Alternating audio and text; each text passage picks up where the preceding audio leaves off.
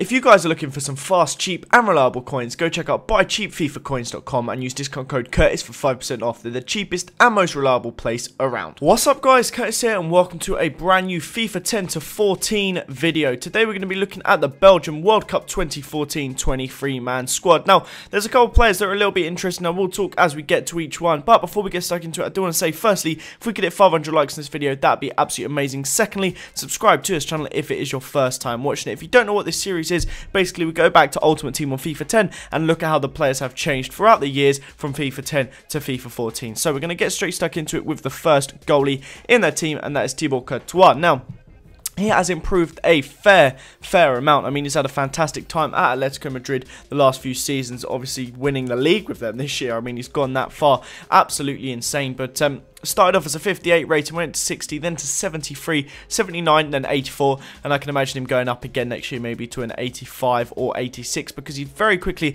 becoming one of the best goalkeepers in the world, improving fantastically and looking really good. Next up, we have Simon Mignolet.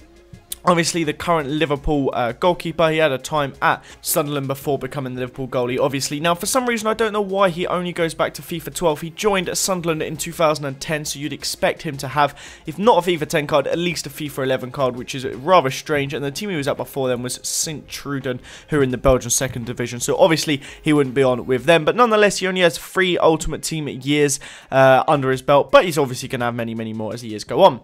Next up, we have Casteels. Now, this one's a slightly interesting one. Basically, he broke his knee, his shin, one of the two this year, so there's a chance he won't be going. Proto was originally going to be his backup, but then Proto has also got injured, so there's a possibility Casteels may not go. I think it's waiting on a late fitness test, but I think Casteels will be the goalkeeper they take to the World Cup. But nonetheless, he's gone from a 54 rating to a 70, and I'm sure going to the World Cup, he's obviously got to be half decent, so he's only going to get better as years go on. Next up, we have Toby I've never known how to say this. I've always thought Alderweireld, but I'm not sure if that's right or not, because he seems like he's got too many players. But nonetheless, he started off at Ajax. He had a few years at Ajax where he started off an Ultimate Team at Ajax. He's now at Atletico Madrid, not really getting game time. Not sure why he doesn't, but it obviously makes sense. He's going to be behind Miranda and Godin. There's actually links of him coming to the Premier League this summer. Now, the main thing is that he plays right back for Belgium, so there's a good chance he will actually be getting some World Cup time, because they don't really have many good fullbacks. Next up, we have a fullback. Now, this one is, I think his name is Van den Boer. He's an interesting one. Doesn't have a FIFA 11 or FIFA 13 card, but he has 10, 12, 14, which is a little bit odd, but apparently he was at Portsmouth back in FIFA 10. I have absolutely no clue who he is. I don't recognise him whatsoever, but he's obviously been taken to the World Cup, and I guess he could do a job at right back if they need him. Like I said, they don't really have many fullbacks, but they have a lot of centre-backs that they tend to play left or right back, like Vertonghen, Vermaelen, Alderweireld, as I just said.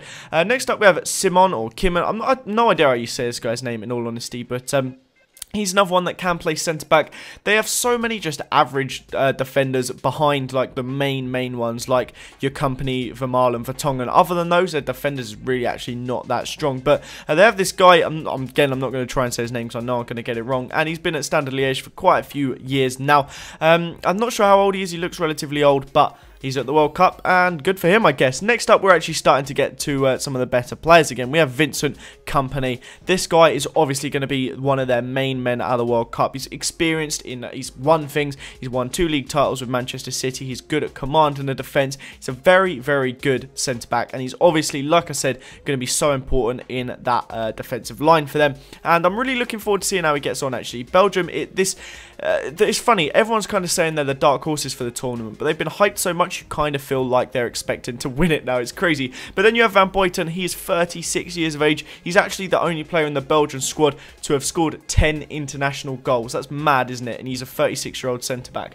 But Van Buiten obviously going to be a very, very useful experience. Now, as I was saying, it's going to be very interesting because everyone has just said these guys are the dark horses. They and everyone that they're my little bonus pick. But they're so hyped now. I really do think if they do anything, it's not going to surprise me whatsoever. They have so much talent. As you'll see when we go to the midfielders in the next episode, you'll see just what they got. But next up, we have Tom Vermaelen. I'm kind of glad that he's going to have a World Cup. Hopefully, he has a really good World Cup because he's obviously not really featured at Arsenal for about 18 months now. Koscielny and Mertesacker keeping him out of the side, and I do like him, I really do. He is the club captain, and he's a solid centre-back on his day, and I mean, He's got a fantastic shot on him, and I could see him scoring a really crucial goal for Belgium, which would be absolutely great. He's also been really good at left back when needed this season, which could be interesting for them.